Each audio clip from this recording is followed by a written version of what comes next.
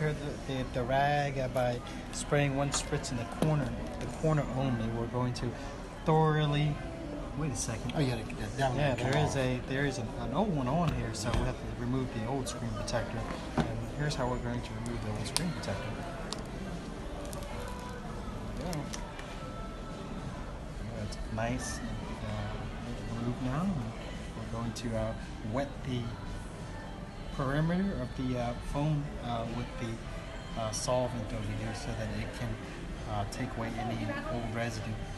Now that it's thoroughly wet, or especially on older screen protectors, we have to give it a good 5 or 10 seconds to let the solvent kind of work its way in. Now we're going to press down on it a little bit harder, turn to a dry